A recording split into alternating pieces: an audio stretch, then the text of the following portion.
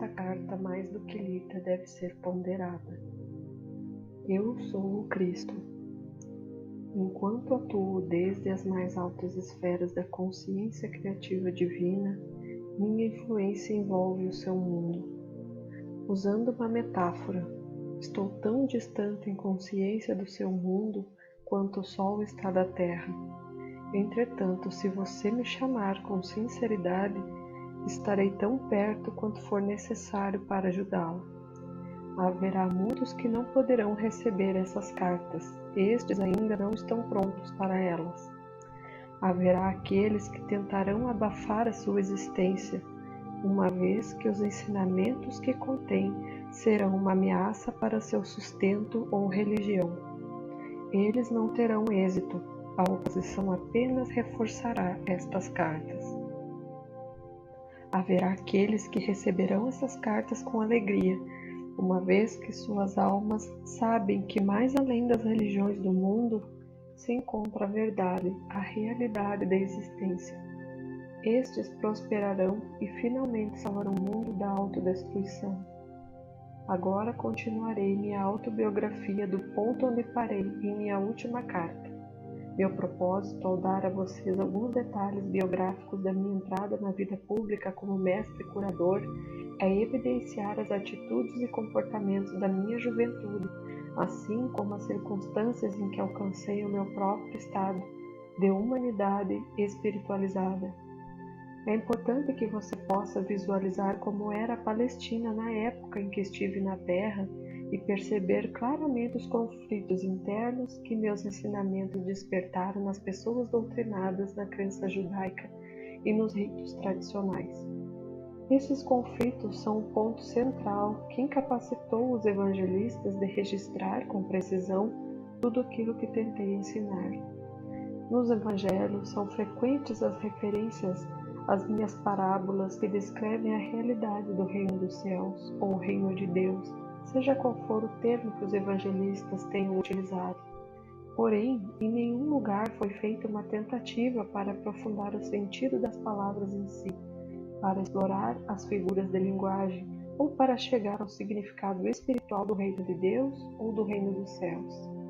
À medida que eu falar sobre os verdadeiros sermões que dei às pessoas, à luz das minhas experiências no deserto e do seu próprio conhecimento dos fatos científicos, você será capaz de entender pelo menos um pouco daquilo que tentei ensinar naquele tempo. Uma vez que meu sucesso foi muito limitado, é imperativo que outra tentativa seja feita no começo dessa nova era, deste milênio, pois é com base no meu elevado conhecimento espiritual privilegiado e iluminado que será fundada e se desenvolverá a próxima era. Foi e ainda é essencial que um mestre como eu e como outros que existiram, muito sensíveis e totalmente comprometidos mental e emocionalmente com a busca da verdade da existência, venham à Terra cunhar palavras para descrever para a humanidade, aprisionada em palavras, aquilo que reside na dimensão criativa universal, em um estado não definido. Se não fosse por tais mestres inspirados, as pessoas na Terra permaneceriam na ignorância a respeito de tudo o que há além da Terra, pronto para ser contatado e pessoalmente experimentado e absorvido, para promover a futura evolução espiritual. E ainda mais, se diz que a Bíblia é o livro mais amplamente lido no mundo. Na sua forma presente, ela serviu aos seus propósitos. O Novo Testamento, da forma como está, com toda a carga de interpretações errôneas, é um impedimento para a evolução espiritual. Agora é tempo de avançar para uma nova esfera de percepção e compreensão mística. Uma vez que me é impossível descer novamente a um corpo humano para falar ao mundo, além de ter outras dimensões nas quais ensino, treinei uma alma sensível para receber e transcrever. É o melhor que posso fazer para falar pessoalmente com você. Espero que você possa receber e aceitar isso. Tudo aquilo que for errôneo será apagado. Esteja certo disso. Os incidentes e as curas relatados nas páginas que seguem não são importantes. Eles aconteceram, mas são contados apenas para que você possa entender o seu verdadeiro significado espiritual. À medida que for lendo, quero que você relacione as condições de 2000 anos atrás com a sua vida e seu tempo presentes. Quero que você considere a pessoa de Jesus como um ícone do que finalmente pode vir a ser alcançado por todo ser humano que estiver pronto e disposto a converter-se num membro fundador do reino do céu na terra. Ainda que as pessoas do seu mundo sejam o que você chama de sofisticadas e cheias de importância, com seus modernos conhecimentos e ensinamentos, versados nos costumes contemporâneos e nas novas formas de se relacionarem uns com os outros, as pessoas daquele tempo eram basicamente iguais a você. Elas eram controladas e motivadas inteiramente pelos seus impulsos gêmeos de ligação-rejeição, desejos-repulsões, assim como você. Elas amavam, odiavam, criticavam, condenavam, caluniavam e intrigavam. Tinham ambições de chegar ao topo da sociedade, desprezavam aqueles que fracassavam na vida, secretamente eram promíscuas e insultavam aqueles que de alguma forma eram diferentes delas. Para ajudar você a compreender e a entrar plenamente naquele tempo em que estive na Terra, minha consciência desceu até o seu plano de existência terrena para experimentar mais uma vez a pessoa de Jesus, as emoções e os acontecimentos nos quais estive envolvido. Quando saí do deserto e pus o pé na estrada em direção à minha aldeia de Nazaré, ainda estava exultante, exuberantemente feliz com o conhecimento tão gloriosamente revelado a mim no deserto. Fixei completamente meus pensamentos em tudo o que havia aprendido, e meus pensamentos se perdiam nas minhas antigas formas negativas de pensar. Rapidamente me voltava para o Pai para receber inspiração e determinação para superá-las. Desta forma, eu voltava constantemente à luz da consciência e do entendimento. Algumas pessoas me olhavam com desconfiança, vendo minha alegria e também minha aparência suja e descuidada. Será que eu estava bêbado? Perguntavam-se. Outros me olhavam com aversão. Ao invés de reagir com raiva, como fazia no passado, eu lembrava que havia sido abençoado com visões e conhecimento que eles não podiam nem imaginar. Abençoei-os, rezei para que sua visão interior se abrisse de maneira semelhante e continuei em paz o caminho até minha casa. Entretanto, alguns aldeões olharam com compaixão para meu lamentável aspecto e correram para suas casas para buscar-me pão e mesmo vinho, para ajudar-me a continuar o caminho. Havia sempre alguém que me oferecia abrigo para a noite. O Pai Vina, de fato, supriu todas as minhas necessidades e me deu toda a proteção necessária. Durante todo esse tempo, eu não disse nenhuma palavra a respeito das minhas semanas no deserto. Sentia que ainda não era o momento. Por fim, cheguei à minha aldeia Nazaré, e o povo caçoou abertamente de mim, apontando meu aspecto imundo e minha roupa rasgada. Vagabundo, preguiçoso, sujo, foram algumas das palavras mais amáveis que me lançaram. Cheguei à porta de minha mãe com um sentimento de pavor, pois eu sabia que ela ficaria mais chocada do que meus vizinhos ao me ver diante dela, magro, mostrando os ossos sobre a pele, os olhos fundos, as bochechas vazias, a face queimada, os lábios rachados do sol, a barba longa e embaraçada, e a roupa. Ficaria furiosa ao ver minha roupa, sua cor original totalmente irreconhecível pelo pó do deserto e o tecido desfeito e rasgado. Subi os degraus e preparei-me para aguentar a fúria de minha mãe. Quando chamei, minha irmã veio à porta. Olhou-me boquiaberta, assustada e com os olhos arregalados. Bateu-me a porta na cara. Ouvia correr para os fundos da casa gritando: "Mãe, venha depressa! Há um homem velho sujo na porta." Escutei minha mãe resmungando irritada para si mesma, enquanto corria para a porta. Abriu-a de repente e ficou paralisada pelo choque. Eu sorri por um momento. Ela olhou-me de cima a baixo, cada vez mais horrorizada, ao dar-se conta de que este homem de terrível aspecto era de fato seu filho rebelde Jesus. Estendi minha mão para ela, dizendo: sei que causo pena a você, mas pode ajudar-me? Imediatamente sua expressão mudou e, levando-me para dentro, trancou a porta. Depressa, disse para minha irmã assustada. Deixa de escândalo e põe água para ferver. Seu irmão está morto de fome. Não importa em que confusão se meteu, ele é da família. Temos que cuidar dele. Suavemente me ajudou a tirar a roupa. Inclinou-me sobre um grande recipiente de água e esfregou-me até ficar limpo. Lavou-me, cortou meu cabelo e barba e cuidadosamente cobriu as feridas do meu corpo e lábios com uma pomada cicatrizante. Nenhum de nós quebrou o silêncio. Saboreei o amor que ela me demonstrou e tentei demonstrar minha gratidão com uma atitude mais doce e sensível. Depois de vestir-me uma túnica limpa, ela serviu-me uma refeição frugal de pão, leite e mel. Relutante, deu-me vinho para recuperar as forças, embora estivesse claro que ela pensava que era o vinho a grande causa de minha terrível situação. Então conduziu-me até a cama e cobriu-me. Dormi por várias horas e acordei revigorado pela luminosa manhã de sol que se via pela janela. Eu agora estava ansioso para falar com minha mãe e dizer-lhe que eu era de fato o Messias, mas não daquele tipo que imaginava o povo judeu. Eu podia salvar as pessoas das más consequências de seus pecados. Podia ajudá-las a encontrar saúde, abundância, a satisfação de suas necessidades, porque agora eu podia ensiná-las exatamente como havia sido criado o mundo. Assim que comecei a falar, ela começou a ficar encantada e animada. Pulou de pé e quis sair correndo para contar aos vizinhos que seu filho era realmente o Messias. Deveriam ouvir a maneira como ele falava, e ele havia jejuado no deserto.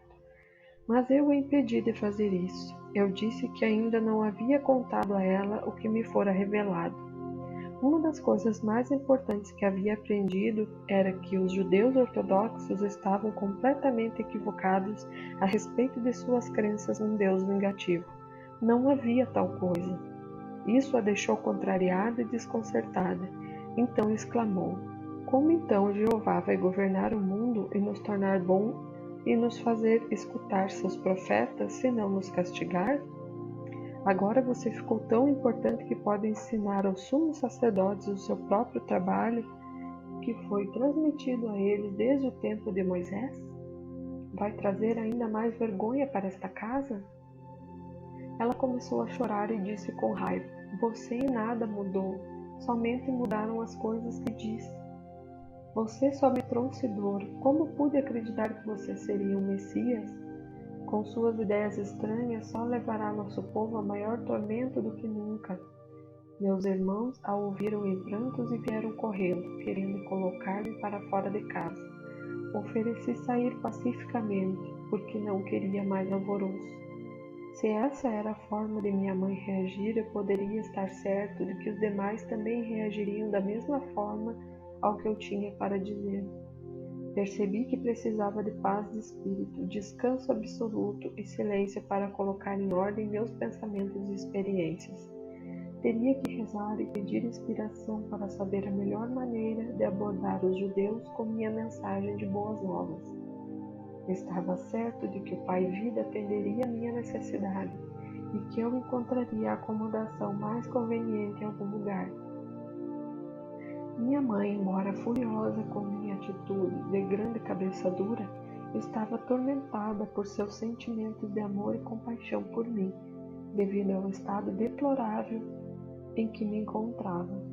Ela rejeitou tudo o que eu parecia representar: a rebeldia, o desprezo pela religião judaica, as atitudes contestadoras em relação à autoridade, meu caráter voluntarioso e arrogante.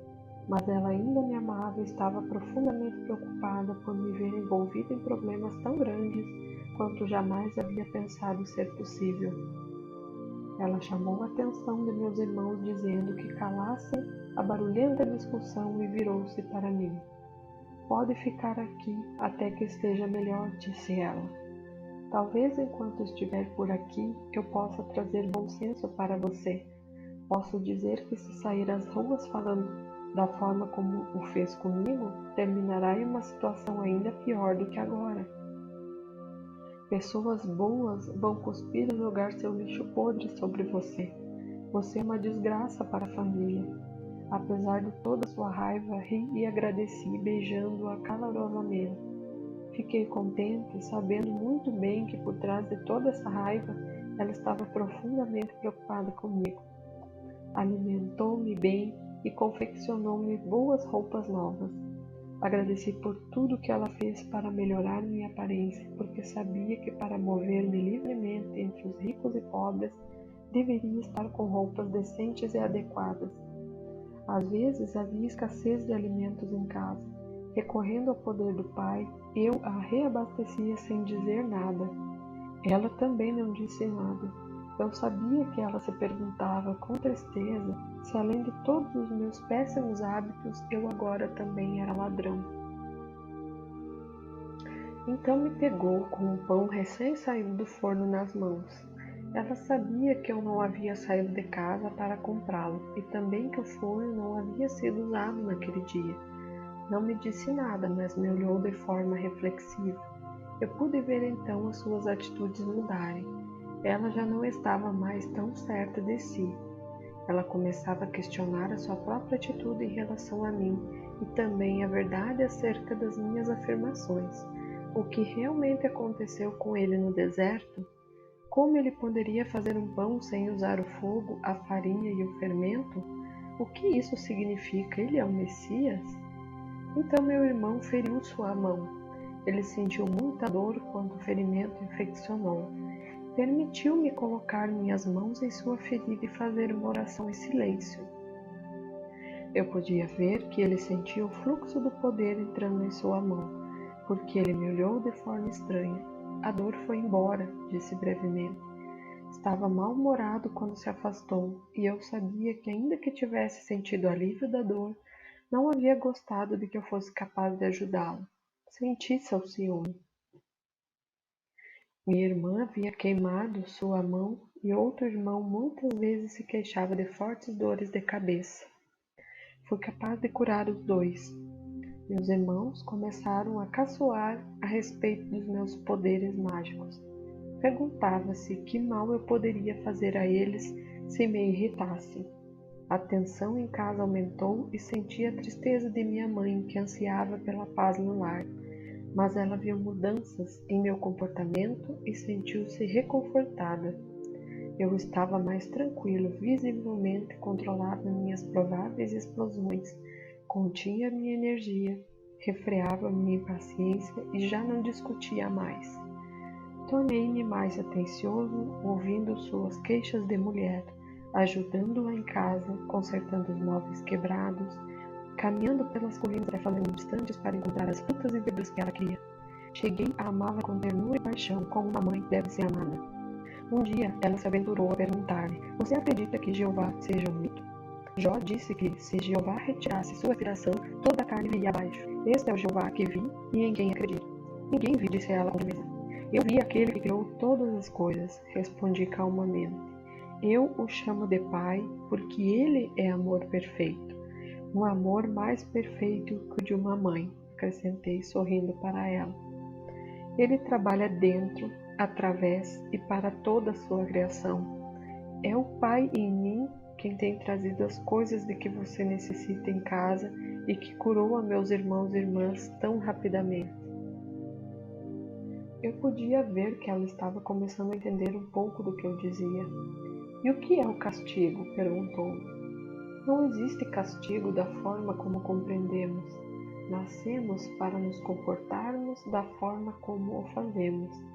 Temos que encontrar uma maneira de superar nossos pensamentos e sentimentos humanos, porque estes nos separam da proteção do Pai e nos trazem as doenças e a miséria. Quando tivermos aprendido a superar o eu, então entraremos no reino dos céus. Minha mãe afastou-se silenciosa, claramente ponderando sobre o que eu dissera, mas não mais com raiva. Eu sabia que ela estava meditando sobre minhas afirmações e percebi que eu estava colocando de cabeça para baixo o seu seguro e bem conhecido mundo. Ela se sentia perdida e insegura sem a sua crença no Jeová ameaçador e terrivelmente vingativo, se a humanidade fosse indisciplinada. Perguntava-se no que o mundo iria se tornar se dependesse inteiramente dos homens controlarem as suas maldades e a dos outros. Mesmo os reis e governantes eram malvados em suas ações. Sem Jeová para reinar e castigar os pecadores, onde iríamos parar? Enquanto restabelecia minhas forças, estudei as Escrituras cuidadosamente para que pudesse encontrar-me com os fariseus e escribas de forma confiante. Também era absolutamente necessário que eu soubesse o que havia sido escrito a respeito do Messias, porque estava convencido de que eu era aquele sobre quem os profetas haviam falado. Eu poderia verdadeiramente resgatar, salvar as pessoas da doença, miséria e pobreza, restaurar-lhes a saúde e a prosperidade, ensinando a verdade a respeito do reino dos céus e a realidade do Pai. Quando me senti suficientemente preparado para sair a ensinar e curar, para agradar a minha mãe, concordei em ir num sábado na sinagoga de Nazaré e falar para a congregação. Como era o costume, levantei e me foi entregue o livro de Isaías para ler. Escolhi a passagem que profetizava a vinda do Messias, que viria libertar o povo judeu de todo tipo de escravidão. O Espírito do Senhor está sobre mim, porque o Senhor me ungiu para pregar as boas novas aos pobres. Ele me enviou para anunciar a libertação aos encarcerados e a recuperação da vista aos cegos, para libertar os oprimidos, para proclamar o ano da graça do Senhor. Então sentei-me, dizendo: Hoje vocês veem esta profecia cumprir-se em mim. Isto produziu choque e espanto no rosto dos homens, que me olhavam atônitos. Mas eu continuei falando, sabendo que o Pai me diria o que falar. As palavras vieram sem hesitação. Falei de minha experiência no deserto e relatei a visão do bebê crescendo até a idade adulta, sendo envolvido inconscientemente em correntes e ataduras mentais, e assim ficando cego e aprisionado na escuridão interior, fechando-se para Deus. Expliquei que ao fazer isso, eles expunham-se à opressão de conquistadores, escravidão, pobreza e doenças. Porque Deus é luz, eu disse. É luz e substância de todas as coisas visíveis. E luz é o amor que faz todas as coisas para que o homem desfrute delas. Todas as bênçãos de abundância e saúde foram livremente disponibilizadas para aquele que amar a Deus com a mente, o coração e a alma, e que viver estritamente segundo as leis de Deus. Quando terminei, houve um completo silêncio na sinagoga. Senti que a congregação havia experienciado algo estranho, poderoso e que tinha sido elevada a um plano superior de pensamento. Desejei que nada interrompesse a tranquilidade transcendente daquele momento. Em seguida começaram a sussurrar entre si. Eles se perguntavam quem eu era. Alguns estavam convencidos de que eu era Jesus, a pessoa cuja família era bem conhecida na aldeia, mas outros não podiam aceitar aquilo, uma vez que eu havia falado como alguém que tinha autoridade. Infelizmente, senti ressurgir minhas antigas reações para com aqueles homens religiosos. Sabia que tinham me desprezado no passado, de forma que esperava por essa rejeição. Voltei às antigas atitudes desafiadoras, e isso os enfureceu por completo. Pelas minhas próprias reações humanas, atraí o desastre, e este quase aconteceu. Os mais jovens, instigados pelos mais velhos, correram até mim e me arrastaram para o topo mais alto do penhasco a fim de lançar-me à morte. Mas orei ao Pai para que me salvasse. De repente ficaram tão alterados que mal sabiam o que faziam. Se voltaram uns contra os outros, então pude sair do meio deles e escapar. Foi estranho. Eles pareceram não notar a minha saída. Muito abalado por esta experiência, consegui mandar uma mensagem para minha mãe, dizendo que estava deixando Nazaré, imediatamente indo para Cafarnaum, uma agradável cidade junto ao mar da Galileia. A princípio, pensei em juntar-me a antigos conhecidos, mas senti intuitivamente que isso não seria o correto a fazer. De modo que durante todo o caminho e ao entrar na cidade pedi orientação e ajuda ao pai para encontrar acomodações. Eu não tinha dinheiro e não pediria esmola. Ao caminhar pela rua, uma mulher de meia idade veio em minha direção. Ela carregava pesados cestos e seu rosto estava triste. Parecia ter chorado. Num impulso, abordei-a perguntando onde poderia encontrar alojamento. Ela disse brevemente que normalmente me ofereceria uma cama, mas que estava com seu filho muito doente em casa. Também disse que tinha ido comprar algumas provisões para alimentar os consoladores que haviam se reunido para chorar a morte iminente de seu filho. Meu coração se afligiu por ela, mas também se alegrou. Prontamente tinha sido dirigido para alguém que eu poderia ajudar. Expressei minha simpatia e ofereci-me para carregar suas cestas até a casa. Ela me olhou por um momento perguntando-se o que eu poderia ser, mas aparentemente ficou satisfeita com a minha aparência e conduta. No caminho, disse-lhe que talvez eu pudesse ajudar seu filho. Você é médico? Perguntou-me. Respondi que não havia recebido formação médica, mas que poderia ajudá-lo. Ao chegar em sua casa, de pedra, grande e bem construída, o que indicava boa situação social e prosperidade, levou-me até seu marido, dizendo: Este homem diz que pode ajudar nosso filho. Melancólico, o homem inclinou a cabeça e não disse nada. A mulher, que se chamava Miriam, afastou-me, dizendo que ele estava aflito e muito zangado. O rapaz é nosso único filho entre muitas filhas, e ele culpa a Deus pela doença do garoto. Miriam começou a chorar. Se ele fala assim contra Deus, que outros problemas cairão sobre nós? Perguntou-me. Tranquilize-se, disse. Logo verá que seu filho ficará bem novamente. Ela olhou-me com dúvidas, mas levou-me até o quarto onde o rapaz estava. Fazia calor e o ambiente estava sufocante, cheio de gente, bem intencionada e triste, conversando. Pedi à mãe para esvaziar o quarto, mas os visitantes resistiram. Eles queriam ver o que aconteceria e somente sairiam do quarto, contrariados, quando Miriam chamou seu marido para falar com eles. Podia escutá-los discutindo com o pai no quarto ao lado. O que este homem achava que poderia fazer se o médico já havia dado ser incapaz de ajudar o rapaz? O pai veio até o quarto para ver por si mesmo. Seu filho estava mortalmente pálido, com muita febre. A mãe explicou que ele não podia engolir a comida e que estava com o intestino solto. Ele havia estado assim por vários dias e tinha perdido muito peso. O médico disse que nada mais poderia ser feito. Ele provavelmente pôs as mãos sobre a cabeça do rapaz e rezei, sabendo e silenciosamente dando graças com todo o coração que o Pai Vida fluiria pelas minhas mãos para dentro do meu corpo. Desta forma, o trabalho de cura se realizaria. Senti um calor extremo e um formigamento em minhas mãos, e o poder vertendo para seu frágil corpo. Fui inundado por uma alegre gratidão.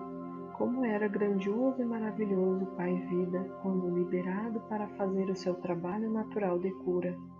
Sua mãe e seu pai, olhando ansiosos para ver o que aconteceria a seguir, seguravam a mão um do outro e observavam com muita atenção. Quando eles viram a cor do seu filho mudar do branco para um rubor mais sadio, exclamaram com espanto e alegria. Depois de algum tempo, o rapaz levantou seu olhar para mim, dizendo claramente: Agradeço, estou bem melhor agora. Estou faminto e quero algo para comer.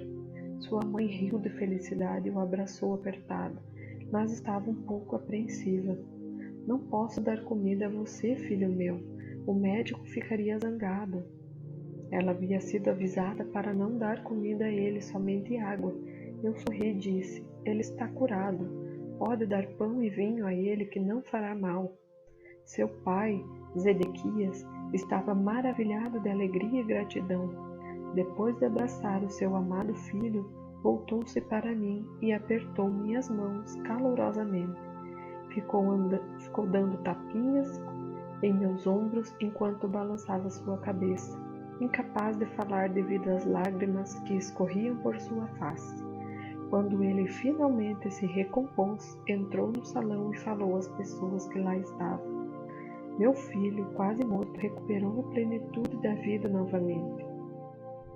Suas palavras foram recebidas com gritos de alegria, entusiasmo, incredulidade, questionamentos, risadas e felicitações. A mãe do rapaz ficou parada com um sorriso estampado na face. Depois disso, não foi mais necessário buscar por acomodações. Quando Zedequias disse aos atônitos consoladores que o garoto estava curado e o próprio jovem apareceu na porta sorrindo e pedindo novamente por comida, todos os consoladores rodearam-me e convidaram-me às suas casas. No entanto, preferi ficar com o pai do garoto, que agora dizia estar cheio de perguntas a fazer-me. Ele esperava que eu pudesse respondê-las. Depois de colocar o vinho e a comida sobre a mesa, todos foram convidados a comer até saciarem-se. Zedequias sentou-se e formulou sua primeira pergunta. Ele disse: Você fez algo que nenhum sacerdote ou médico poderia fazer. A cura vem somente de Deus. Embora seja um desconhecido, percebo que você deve vir de Deus.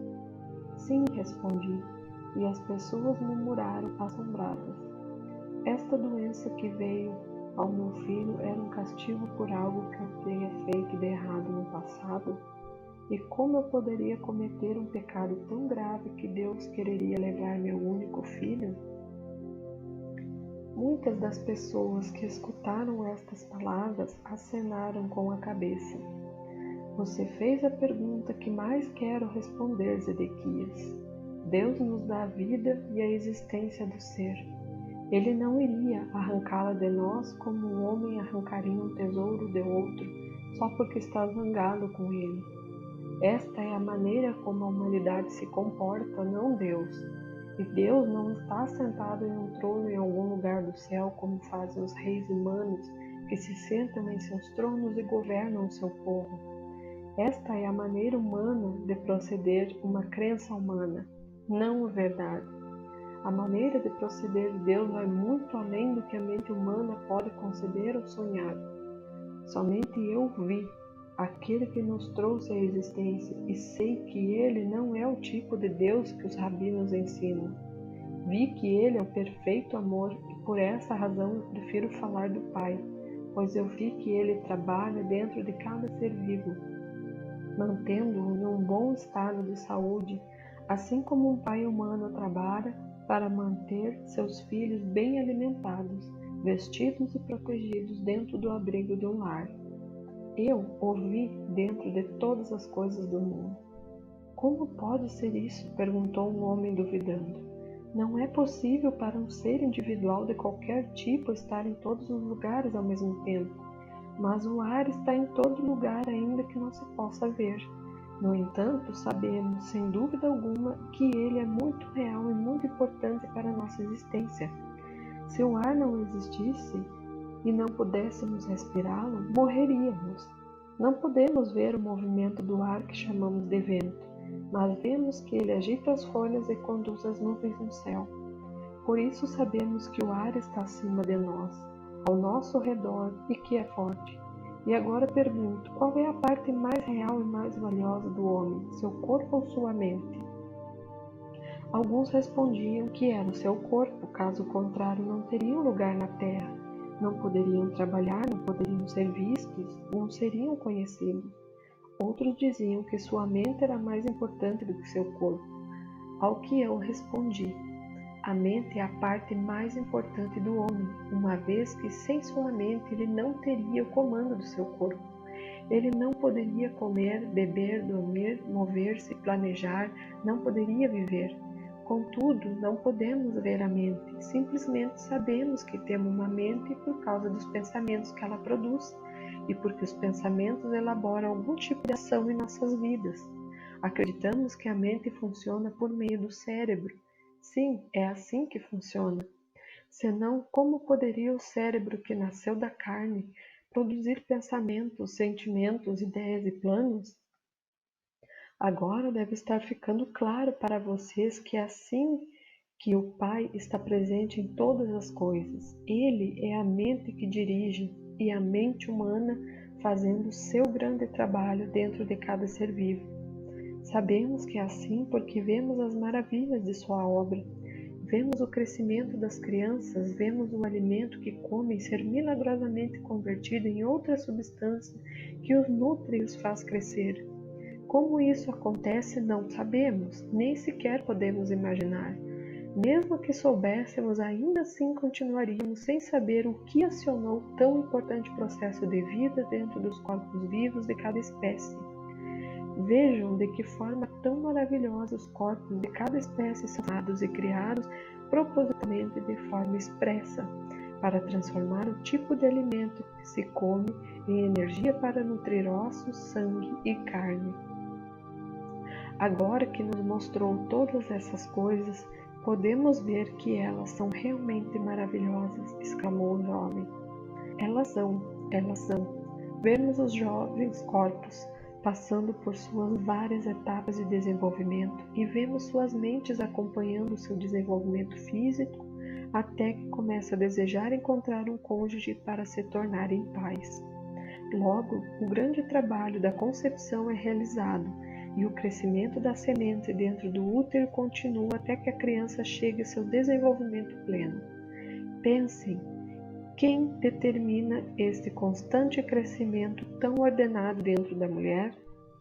De onde vêm os planos que regem o correto desenvolvimento da cabeça, do corpo e dos membros, os quais são invariáveis de uma mulher para outra e de uma espécie para outra?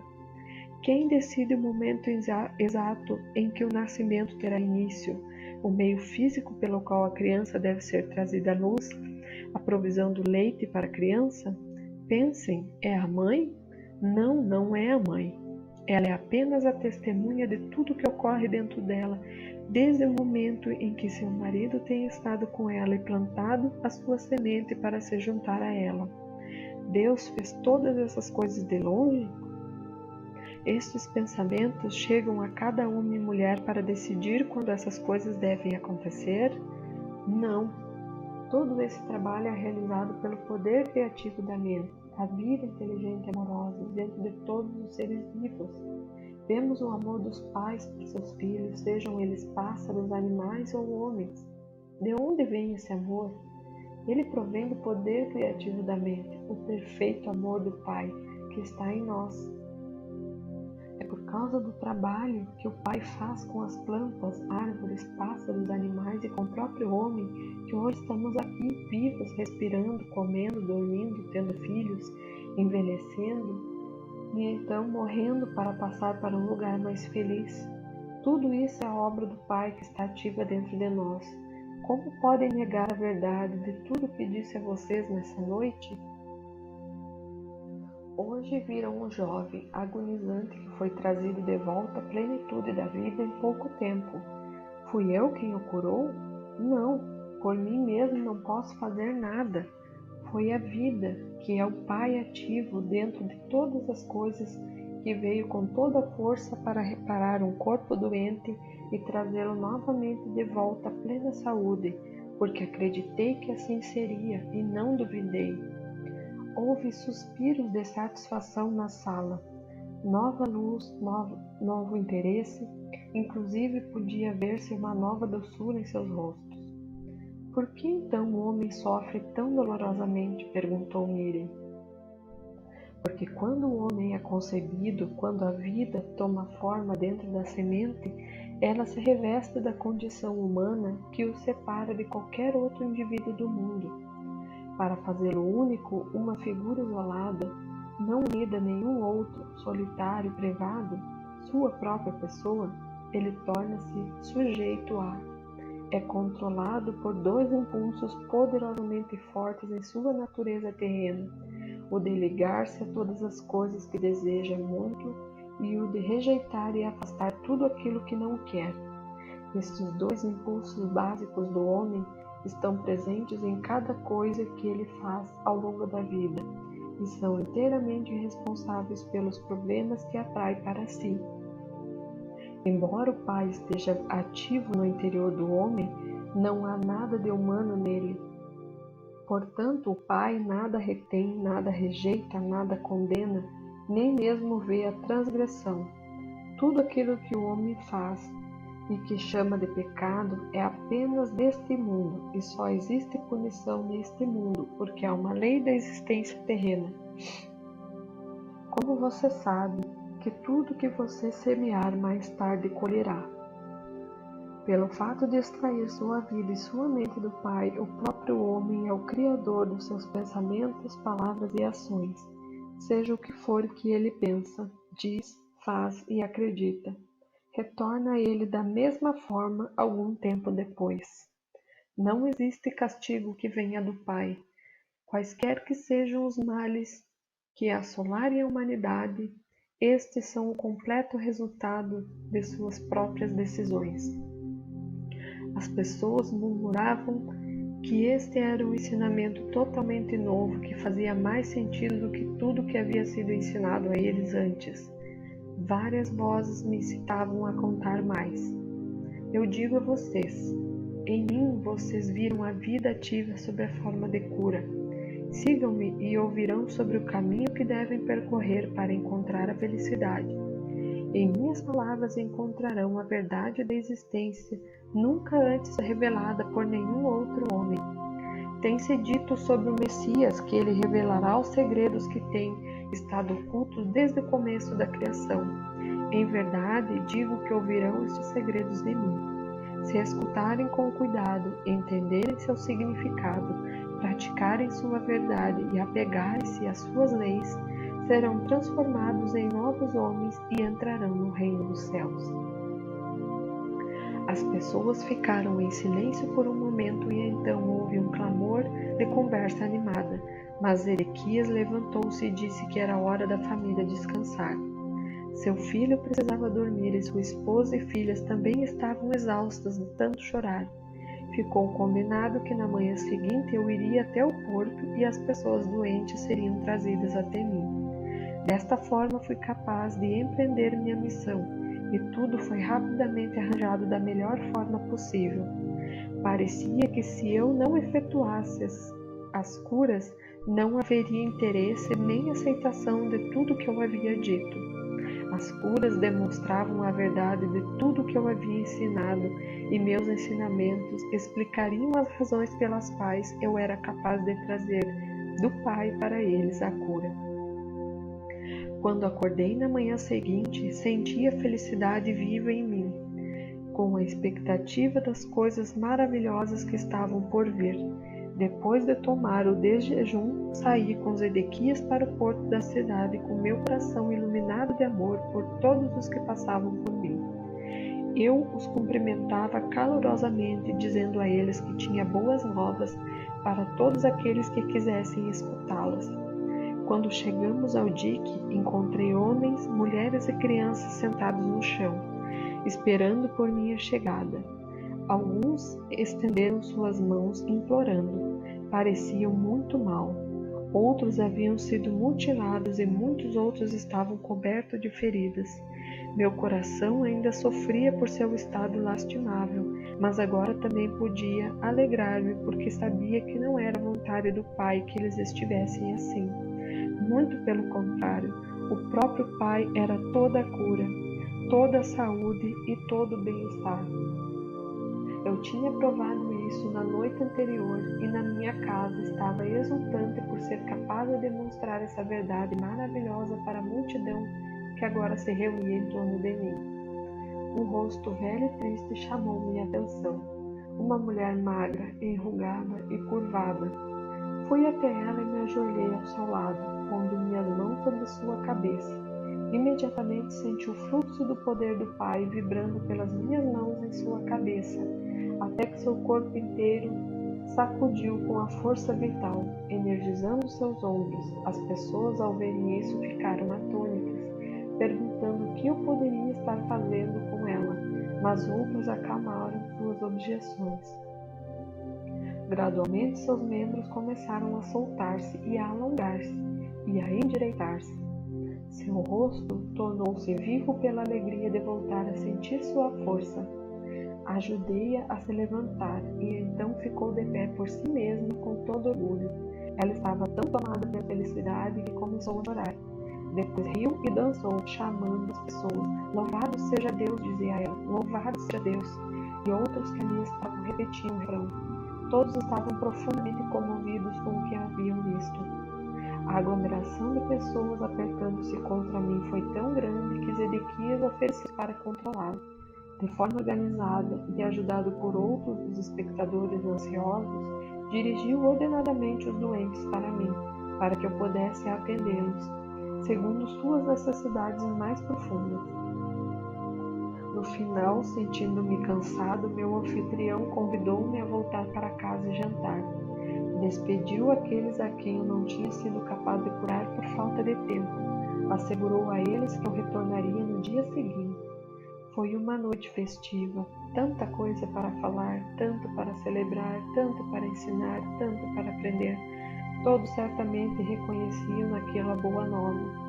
Eu sabia que havia sido aceito por muitos por dizer a verdade do que havia visto no deserto. E assim continuou por muitos dias. As pessoas vinham de longe para ver-me. Zedequias e outros amigos seus me ajudaram a controlar a multidão para que eu pudesse curar e ensinar. O povo ouvia com prazer. Eles falavam entre si sobre o Pai e estavam ansiosos por aprender mais a respeito das correntes e ataduras que confinam as pessoas na miséria. A aglomeração de pessoas tornou-se tão grande que eu logo percebi que precisava achar meus próprios ajudantes em quem eu pudesse confiar para me auxiliar.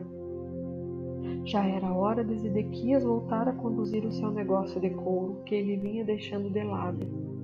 Fui embora para as montanhas para rezar a respeito da escolha dos discípulos, quando veio a minha convicção de que eu seria guiado para fazer a escolha. Retornei a Cafarnaum. Senti um forte impulso para descer pela beira do porto e falar com alguns homens que eu tinha visto escutarem meus ensinamentos com muita atenção. Queria saber se eles deixariam suas redes de pesca para juntarem-se a mim. Quando os chamei, Simão, André, Tiago e João vieram imediatamente, felizes em poder ajudar no meu trabalho de cura e ensinamentos.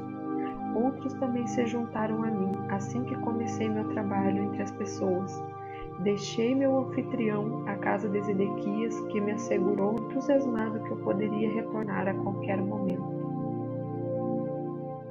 E foi assim que comecei minha visão como mestre curador peregrino, indo sempre que necessário pelas vilas e aldeias. Antes de partir, reuni os jovens que tinham aceitado com alegria me ajudar. Escutariam meus ensinamentos e ficariam perplexos pelo muito que eu tinha a dizer. Era vital que explicasse a eles primeiro o fundamento de tudo, o que havia sido revelado a mim no deserto. Disse que, apesar da vida ociosa que eu levava antigamente, sempre havia sentido uma profunda compaixão pelas pessoas. E foi minha compaixão que me afastou desse Deus ensinado pelos rabinos. Quando falei da minha total rejeição de um Jeová punitivo, pude ver a dúvida e o choque em seus rostos. Por um tempo considerável, expliquei que eu questionava como era possível falar de um Deus bom quando crianças inocentes suportavam tanto sofrimento. Enquanto falava, via como seus rostos iam relaxando aos poucos.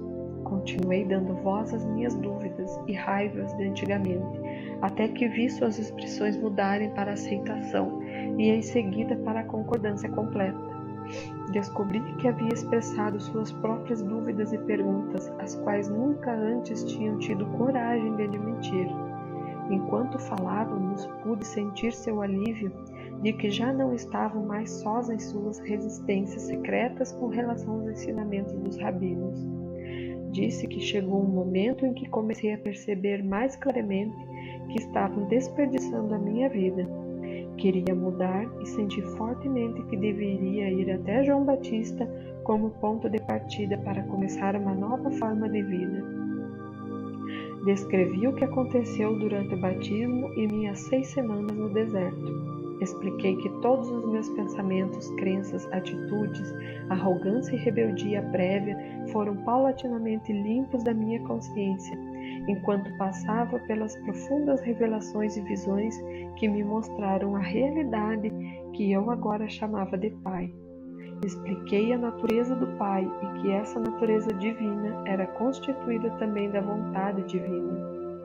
Disse que era o próprio homem que em seu íntimo se afastava do Pai, por seu pensamento errôneo e comportamento equivocado, e que somente o homem, primeiro pelo arrependimento e logo depois pela limpeza mental e emocional, poderia encontrar seu próprio caminho de volta ao pleno contato com o Pai.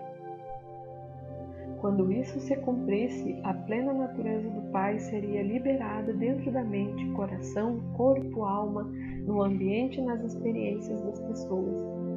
Quando isso se produzisse, tal pessoa entraria no reino dos céus governado pelo Pai, e o reino dos céus se estabeleceria, ele mesmo na consciência da pessoa. Ela atingiria então o propósito de sua existência. Enquanto conversava com meus discípulos, via suas reações refletidas toda a dúvida havia desaparecido. Havia agora um resplandecer de luz, de compreensão e alegria. Esses jovens tornaram-se fiéis e entusiastas e exclamaram: "Estas sim são boas novas." Entretanto, após a aceitação de tudo que eu dissera, houve momentos em que se perguntavam se seria verdade tudo aquilo que eu havia dito. Entendi aquilo. Dispor-se a fazer-se da imagem de Jeová tão profundamente gravada em suas mentes requeria uma grande dose de coragem. Havia momentos em que falavam entre si e questionavam quem era este homem que pretendia tais maravilhas, e se viessem comigo e afinal eu fosse realmente um mensageiro de Satanás, eles seriam severamente castigados por Jeová. Eles tinham muito a perder. Sua posição na sociedade como jovens, homens sóbrios e trabalhadores, sua reputação como comerciantes e artesãos, a perda de suas rendas e o maior obstáculo de todos, a provável ira e rejeição de suas famílias. O que eles receberiam em troca? Disse então que eu não podia fazer nenhuma promessa terrena por sua ajuda na propagação do Evangelho da Boa Nova. Eu não tinha dúvida alguma de que onde quer que fôssemos, receberíamos alimento e refúgio, e que seríamos muito bem acolhidos pelas pessoas. Somente poderia prometer a verdade de que o Pai conhecia suas necessidades e que elas seriam satisfeitas, e que os manteria com saúde. Poderia também prometer que se eles voltassem para o Pai e confiassem no Pai a cada passo do caminho, seriam tão felizes como nunca haviam sido antes. Experimentariam o reino dos céus por eles mesmos, na medida em que deixassem de lado as exigências do eu e se pudessem a serviço dos outros. Seriam testemunhas de curas e estas aumentariam a sua fé e daria a eles coragem para suportar quaisquer incômodos da jornada. E assim começamos nossa missão para espalhar a boa nova do Evangelho no reino. Enviei à minha frente esses jovens para as cidades que iríamos visitar. Ao chegarem, diziam às pessoas da cidade que se juntassem para escutar a boa nova do reino dos céus. As pessoas ficavam surpresas e queriam saber mais, mas os discípulos pediam que fossem buscar seus amigos e vizinhos. Todos ficariam sabendo do que se tratava. Quando Jesus chegasse, também haveria curas de seus doentes. Excitados, muitos corriam para ajudar a difundir a boa nova, e logo estavam reunidos, formando uma grande multidão. Eu, que havia me rebelado apaixonadamente contra as pregações religiosas que ameaçavam os pecadores com violências, castigos e condenações, agora caminhava com alegria para ir ao encontro dessas multidões. Eu tinha minha boa nova para compartilhar com eles e iluminar o seu dia, além de curar suas doenças e aflições para encher de alegria suas vidas.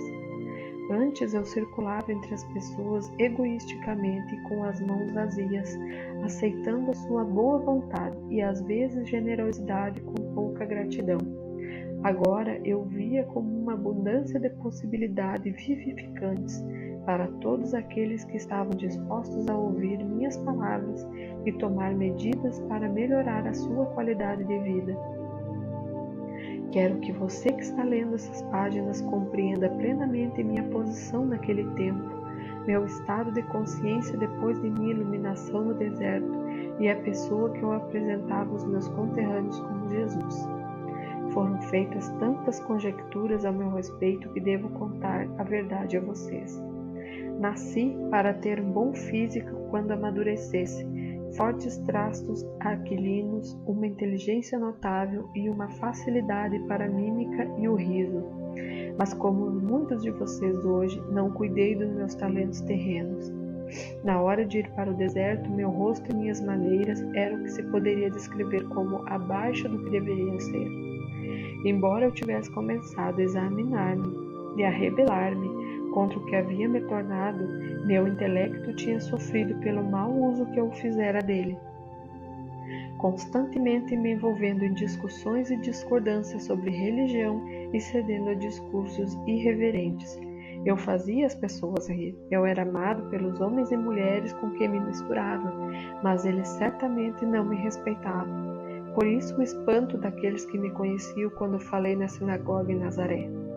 Enquanto minha mãe cuidou de minha saúde, eu fiz poderoso uso do conhecimento e da iluminação que me foram dados no deserto. Isso me fez voltar a ser o homem que estava destinado a ser. Quando comecei minha missão, estava inteiramente consciente de que eu era o único com o supremo conhecimento dos segredos da criação e da existência em si. Portanto, podia dizer com perfeita confiança: ninguém além de mim viu o Pai. Eu sabia que tudo em que os homens sinceramente acreditavam era falso e irreal.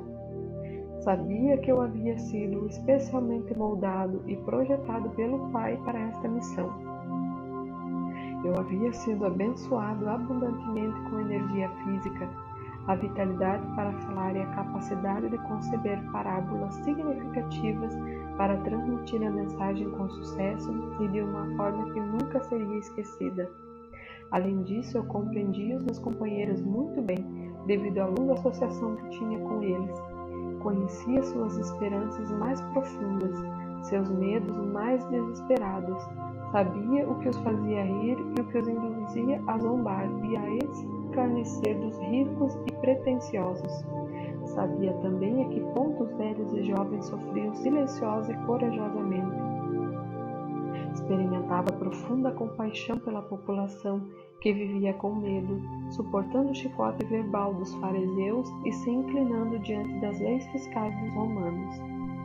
Sabia como seu orgulhoso espírito judeu havia sido ferido pelos gentios conquistadores, a quem foram obrigados a honrar com cumprimentos verbais, de mão e de joelho, mas a quem desprezavam por trás das portas fechadas. Conhecia e compreendia completamente a vida e o pensamento do povo. Eu já havia pensado seus pensamentos, sentido seus ressentimentos, sofrido suas ansiedades em tempos de privações e me sentido impotente nas garras do governo romano. E agora sabia que nada desse sofrimento era realmente necessário. Conhecendo como eu conhecia a realidade da existência, a realidade do Deus universal, eu podia claramente perceber a insensatez das autoridades judias que impunham sobre a população uma penosa forma de vida, que era completamente errônea e em total contradição com a verdade do ser. Essa situação me causava profunda irritação. Em consequência, sabia que havia sido perfeitamente moldado e afinado para tornar-me instrumento purificado da ação divina na Palestina, dirigido por minha paixão pela verdade e compaixão pelo próximo. Por isso, eu me chamei filho do homem, porque sabia exatamente o que a humanidade enfrentava em sua vida cotidiana. Além disso, eu tinha plena confiança de que poderia alcançar meu objetivo de levar a verdade às pessoas e assim ser instrumento de mudança na qualidade de suas vidas. Por esse motivo, ainda que eu soubesse, desde o início da minha missão, que haveria um preço a pagar por tudo que me propus a fazer, virar de ponta cabeça e pelo avesso o mundo conhecido dos judeus, estava preparado para enfrentar e passar por isso.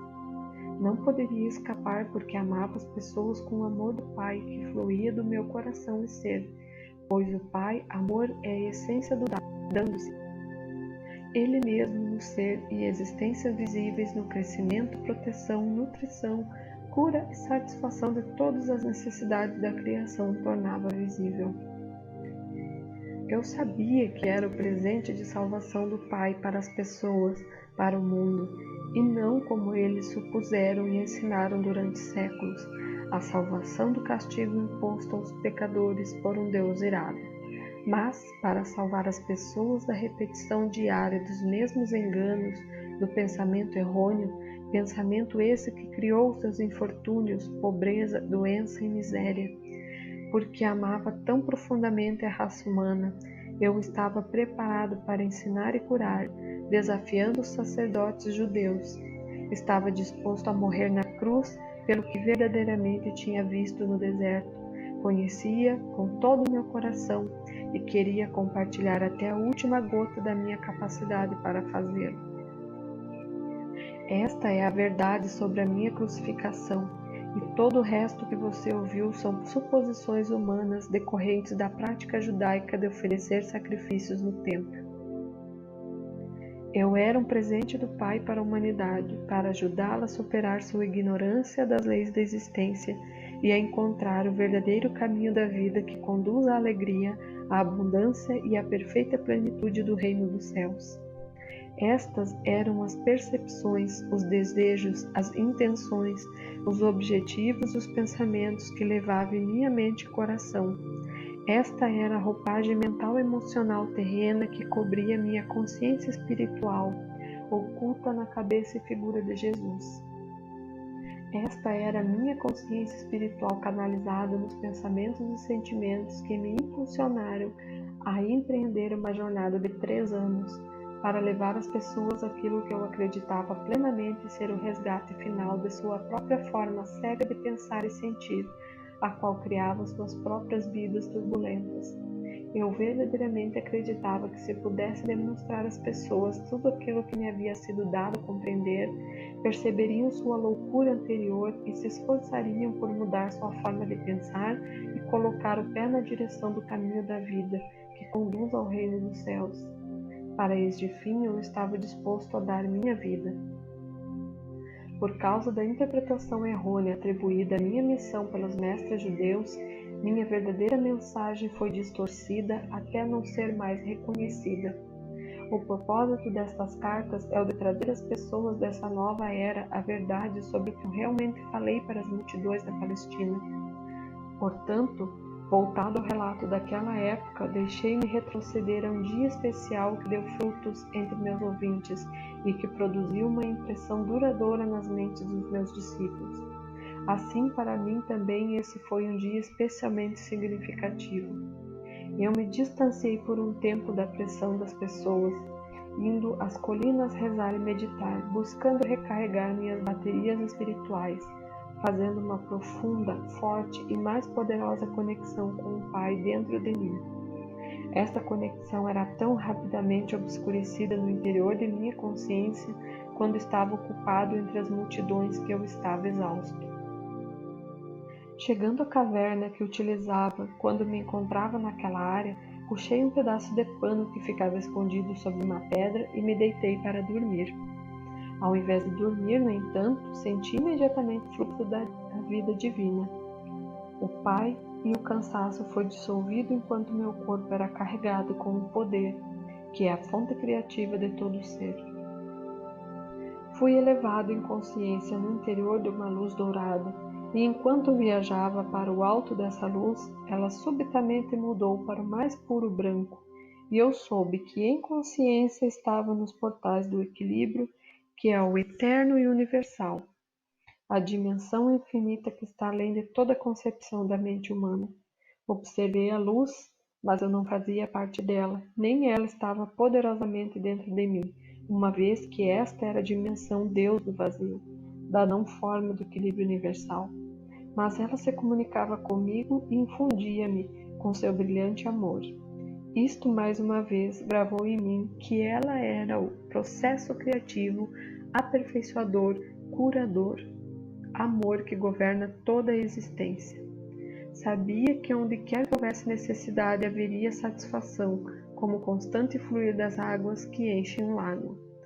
Onde reinava a miséria haveria alegria, porque era a natureza do universal mover-se para o interior de cada coisa viva que tem necessidades para trazer satisfação e alegria. Eu sabia que onde não houvesse crescimento, surgiriam as circunstâncias para promover o crescimento. Eu sabia que onde houvesse um sentimento de fracasso, desafios seriam providenciados para estimular as pessoas ao sucesso e à autoconfiança. Eu vi que este trabalho amoroso constantemente iniciado pelo Pai na vida das pessoas sobrecarregadas pode não ser reconhecido como um presente de amor pelas pessoas que o recebem. Elas podem estar tão afundadas em sua apatia, sentimentos de fracasso e na crença de que nada de bom lhes acontece, que não conseguem ver outra coisa em suas vidas além das próprias crenças e sentimentos. Consequentemente, ficam enraizadas no inferno criado por elas, para elas mesmas. Não havia necessidade de sentir pena de ninguém. A única necessidade era ter o coração compassivo e a determinação de levar-lhe a verdade para curar sua ignorância. O maior presente que um homem poderia dar ao outro era a iluminação da ignorância sobre a existência e suas leis cósmicas, pois a verdade era que cada alma está compreendida do universal e nos níveis do fluxo da atividade universal em suas vidas através do trabalho amoroso do Pai. Depende inteiramente da receptividade do indivíduo. Compreendi que o que as pessoas precisavam ouvir urgentemente era o que eu acabara de aprender. Elas precisavam ver e compreender plenamente a intenção, o propósito e o potencial do amor, que era a mesma substância do seu ser. Por causa de sua descrença, elas poderiam rejeitar o trabalho amoroso do Pai como se fossem desafios dolorosos, e então se renderiam ao fracasso para sempre. Eu vi então com mais clareza ainda que havia sido enviado para despertar as pessoas para todas as possibilidades de autodesenvolvimento, de prosperidade e realização da alegria e da felicidade, mas dependeria delas que acordassem e aproveitassem aquilo que era oferecido. Lembro que esta elevação durou a noite inteira e na manhã seguinte acordei sentindo-me mais viva do que nunca. Minha mensagem tinha sido esclarecida. Tinha visto ainda mais claramente a realidade do Pai e sabia que era capaz de sair naquele dia para encontrar a multidão e transmitir o poder e a vida daquilo que me havia sido mostrado. Enquanto descia da caverna, fui até uma grande rocha de onde se via o íngreme precipício. Quando me sentei, olhei abaixo a cidade que visitaríamos naquele dia. Eu senti aquele processo de aperfeiçoamento, aquele impulso que tudo criava, o Pai, surgindo em mim e ansiava por compartilhar aquilo com os demais, antes que os problemas da vida diária o encobrissem, e isso perdesse o poder e a força motriz no interior de minha consciência humana. Meus discípulos se juntaram a mim um pouco depois. Ao chegarmos à cidade, eles orientaram as multidões para que se dirigissem para um terreno inclinado além das casas. Em pé, sobre uma grande rocha no meio deles, comecei a falar. Descobri que a paixão, a alegria, o desejo, a veemência e a convicção vertiam espontaneamente nas palavras que pronunciava. Vocês estão extremamente cansados e pressionados. Suas tarefas se tornam mais pesadas à medida que envelhecem. O estômago fica vazio com frequência. Suas roupas estão puídas. As pessoas irritam vocês e sentem que não há fim para os problemas e aflição do espírito. Mas esta não é a verdade referente às suas existências. Suas vidas foram destinadas a ser muito diferentes. Se pudessem ver além dos seus sentimentos, se pudessem elevar suas mentes para fazer contato com o Pai dentro de vocês, poderiam ver e saber qual deveria ser o estado de suas existências. Perceberiam que foram criados para desfrutar da abundância, da proteção, da boa saúde e da felicidade. Mas como vocês vivem cotidianamente suas vidas com medo do bem e do mal, acreditam e esperam estas coisas mais do que acreditam que o Pai é vida e amor abundante em vocês, que provê todas as coisas necessárias para a saúde e o bem-estar, são justamente as experiências que mais temem aquilo que atraem para suas vidas e seus corpos.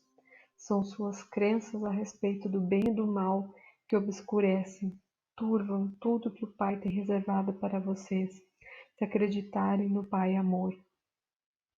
Vocês julgam o seu hoje e esperam do seu amanhã o mesmo que experimentaram no passado. Em consequência, seus males de ontem são continuamente repetidos no futuro. Vocês estão escravizados por suas memórias e crenças inabaláveis de que o que aconteceu no passado deve voltar a acontecer para oprimí-los e feri-los. Não precisam curar seus corpos ou tentar melhorar suas vidas, precisam curar suas crenças. Já disse a vocês que não existe nada sólido sob o sol. Se pudessem curar suas crenças e alinhá-las com a verdadeira intenção do Pai para com vocês, as crenças errôneas que governam seus corpos e vidas se dissolveriam como a névoa ao sol. Cada circunstância de corpos e vidas se dissolveriam como a névoa ao sol. Cada circunstância de suas vidas se voltaria imediatamente para a intenção divina que está por trás de toda a criação. Vocês comprovariam que para cada dificuldade, para qualquer necessidade de qualquer tipo, há sempre um meio para pôr fim às dificuldades. Há sempre alguma coisa na cesta para atender às suas necessidades. O que acreditam que acontece quando os doentes vêm a mim e põem as minhas mãos sobre eles? Estou pensando em doença? Estou querendo saber se a pessoa será curada? Tenho medo de que o Pai esteja dormindo ou tão distante que não possa ouvir-me? Não. Se meus pensamentos fossem incrédulos como estes, não haveria cura. Quando a pessoa se aproxima de mim pedindo que a cure, imediatamente me alegro porque sei que o poder que é o Pai está em mim, preparado e aguardando para curar no momento que eu assim pedir. Eu agradeço porque sei que a vontade do Pai é a saúde e não a doença. Portanto, rezo para que a vontade do Pai seja feita no doente. No momento em que removo a crença da doença do corpo do doente, eu sei que a vontade do Pai de saúde está fluindo para o seu sistema. O mesmo se dá com a aparência. A aparência de doença se transforma em realidade do Pai Saúde e o corpo recupera sua saúde novamente. A doença nada mais é do que uma baixa na vitalidade, uma redução da vida na parte afetada. Restaure o Pai Vida na verdadeira intenção e no plano do seu sistema, e o sistema inteiro funcionará como deveria. Foi dito que Deus manda enfermidades, pragas, penúrias e destruição às nações quando não obedecem às suas leis. Foi dito que vocês mesmos são castigados por um Deus irado por causa dos pecados que cometeram. O que é o castigo senão a maldade sob o disfarce da bondade? Eu digo a vocês que o mal não vem de Deus. Como pode Deus estar nas duas partes, no bem e no mal? É apenas em suas mentes que vocês concebem o bem e o mal. É apenas em seus corações que pensam e sentem dessa forma. Esses pensamentos e sentimentos não têm nada a ver com o verdadeiro Deus que é o Pai dentro de vocês, que traz todo o bem se assim acreditarem. É a crença no bem e no mal que há em seus corações que traz para vocês a doença. Na realidade, vocês vivem no reino dos céus que está em vocês e são governados pelo Pai. Porém, porque acreditam nos castigos de Deus, porque acreditam que somente os sacrifícios no templo salvarão, porque acreditam que são herdeiros da doença, da pobreza e da miséria, vocês criam com suas mentes a mesma coisa que não desejam. Não se sintam abatidos, alegrem-se e sejam felizes, e saibam que aqueles que passam necessidades, longe de ser castigados e abandonados por Deus, ainda que tenham pecado, são verdadeiramente abençoados. O homem que não tem nada é rico no poder do Pai se escutá-lo, confiar nele e viver nele. Quando seus estômagos estão satisfeitos, quando seus corpos conhecem o bem-estar e suas mentes e corações estão confortáveis, vocês não têm necessidades urgentes de que o Pai torne-se ativo em vocês para satisfazer suas necessidades. Vocês acreditam que seus próprios pensamentos e mãos satisfazem facilmente suas necessidades, de forma que quando falam de Deus, podem apenas falar sobre o que ouvem por outros. Vocês mesmos não têm nenhuma experiência direta de Deus. Considerem os ricos. Estão mergulhados, confinados, atolados em suas próprias riquezas. Eles levantam de manhã e se ocupam de seus assuntos diários, sem nada saber a respeito do poder do Pai que está neles. Ocupam-se com os pensamentos que aumentarão suas riquezas e reforçarão seu eu. Eles dão ordens que sobrecarregam aqueles que os servem e vivem suas vidas de acordo com suas próprias escolhas. Por isso, eles desenham sua vida limitada a partir do seu limitado pensamento humano, que surge de suas mentes e corações corporais. Adoecem e experimentam tanta miséria como o homem que nada possui. Não percebem que estão apenas meio vivos porque não estão em contato com a fonte da vida, o Pai dentro deles. Tampouco eles veem que muitas das coisas boas que surgem em suas vidas não são de sua própria invenção, mas sim do trabalho amoroso do Pai escondido neles. Os líderes religiosos estão à vontade em suas próprias e confortáveis posições de autoridades.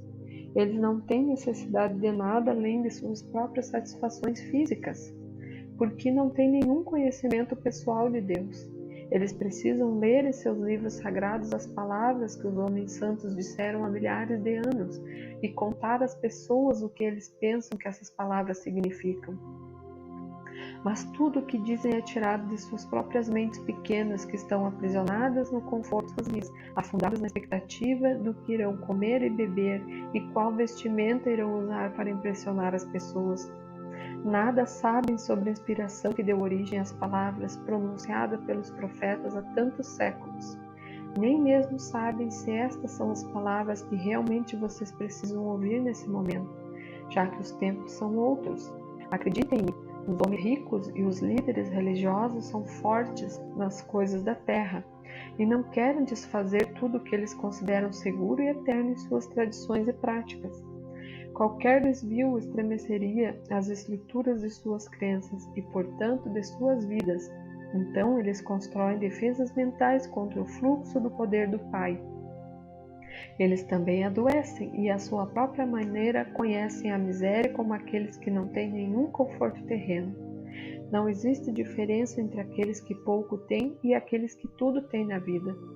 Tanto os ricos quanto os pobres adoecem da mesma forma. Fazem inimigos e se encontram sozinhos.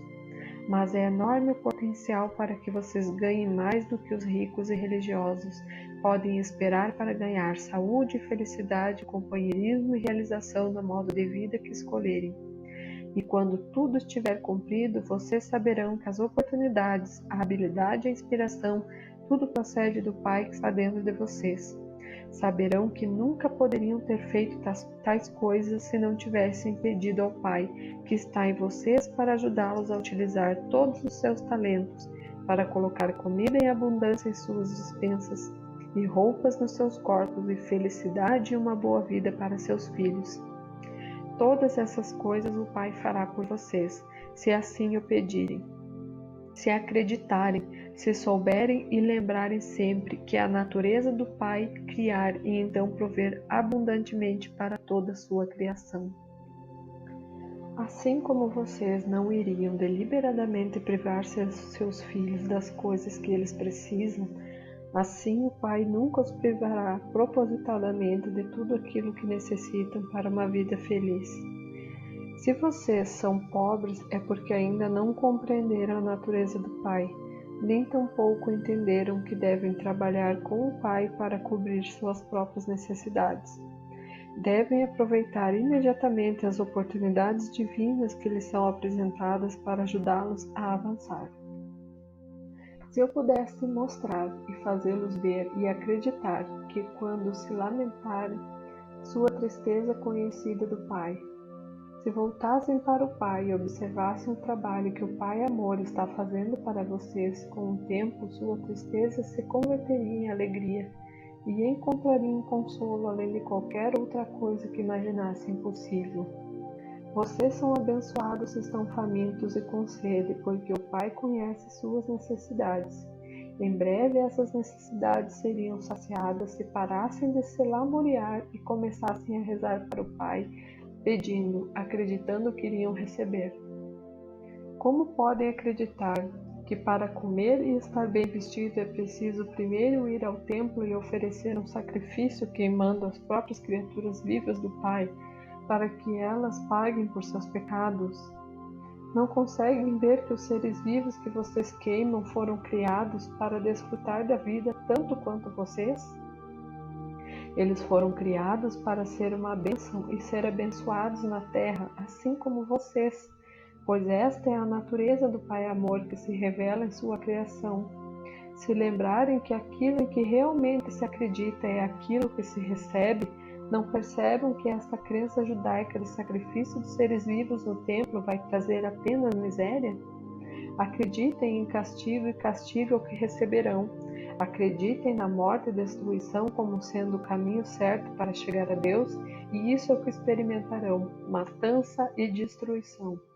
Se estão com fome e com sede, é porque estão se afastando do Pai que habita em vocês.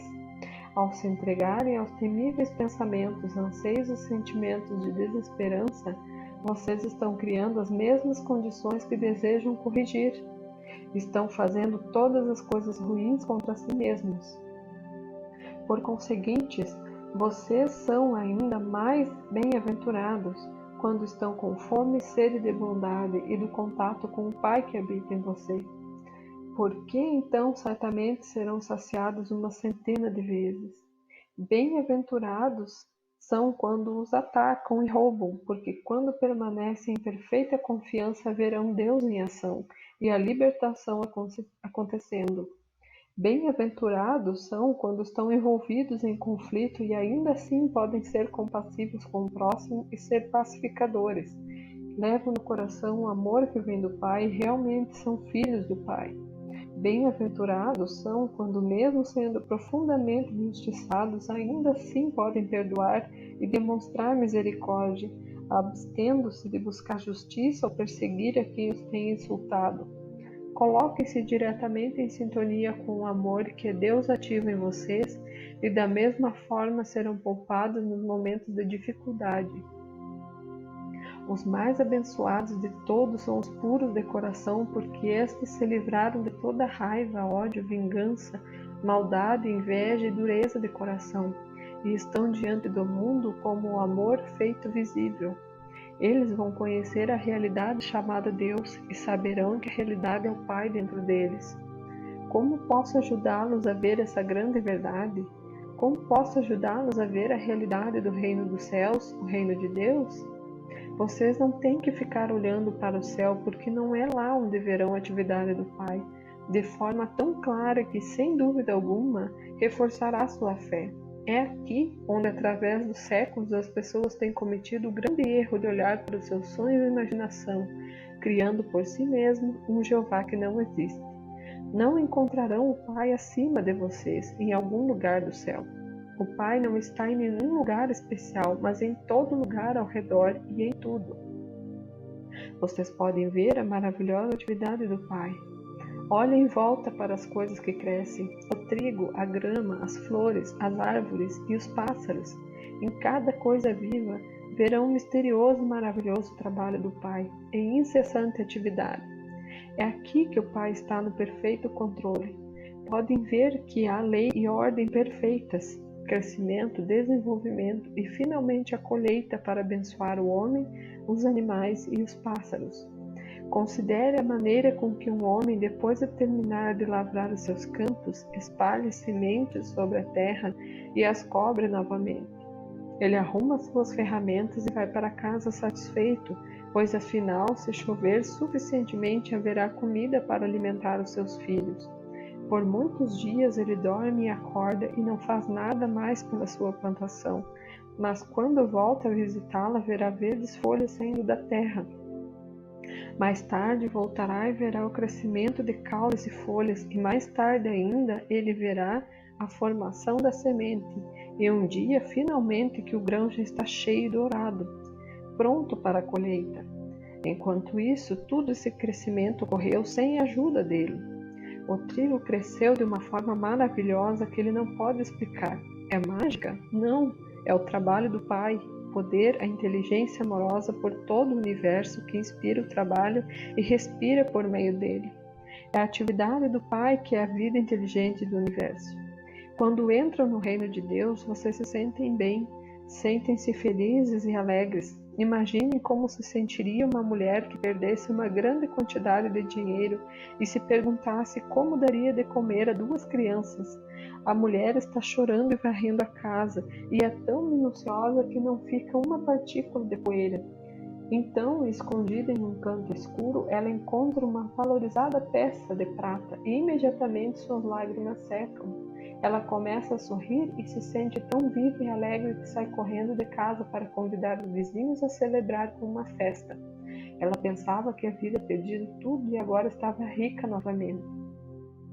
Assim é quando encontram o reino dos céus, o reino de Deus. Ao invés de lágrimas e temores, fome e doença, encontram a paz, a alegria, a abundância e a saúde do reino de Deus. Nunca voltarão a experimentar qualquer tipo de necessidade novamente. O reino de Deus também pode ser comparado a um homem muito rico que era comerciante de pedras. Toda a sua vida ele havia querido encontrar uma pedra especial que ofuscasse todas as demais. Seria perfeita e impecável, e ele seria inveja de todos os demais seres. Um dia ele encontrou a tal pérola, linda além da imaginação, mais perfeita que todas as demais. Vendeu tudo que possuía, abandonou tudo que havia acumulado para comprar aquela pérola e estava feliz para além de todos os sonhos. O que significa isso? Significa que todas as coisas que anteriormente valorizavam sua vida, sua casa ricamente decorada, seus bens, seu modo de vida, abundância de comida e de bebida, ele alegremente deu tudo para possuir o tesouro sem preço, o conhecimento que o levará até o reino de Deus, onde a felicidade é um estado da mente que o mundo exterior, com todos os seus aborrecimentos e preocupações, não pode perturbar.